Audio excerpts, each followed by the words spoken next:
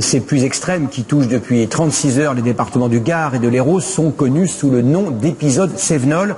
Elles sont la conjonction de plusieurs facteurs, le relief, les températures, les masses d'air qui produisent tous les ans à la fin de l'été le même phénomène, parfois extrêmement violent.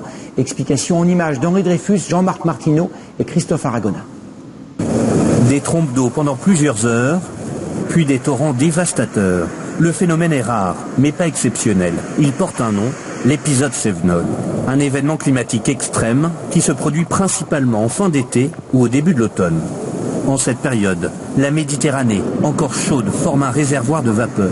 À l'intérieur des terres, les premières masses d'air froid viennent du nord. En atteignant les côtes, ces flux d'air aux températures contrastées se heurtent au contrefort des Cévennes, une barrière infranchissable qui provoque ces pluies torrentielles.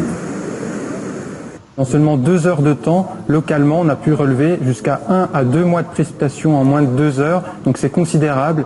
Des pluies torrentielles que la France connaît de triste mémoire. En octobre 88, un épisode Cévenol s'abat aux alentours de Nîmes, noyant son centre historique. Même phénomène en 92 à Vaison-la-Romaine, bilan 47 morts, puis dans le Gard en 2002 et à Draguignan en 2010. À chaque fois de nombreuses victimes et des dégâts considérables. L'épisode Cévenol peut se répéter plusieurs jours d'affilée.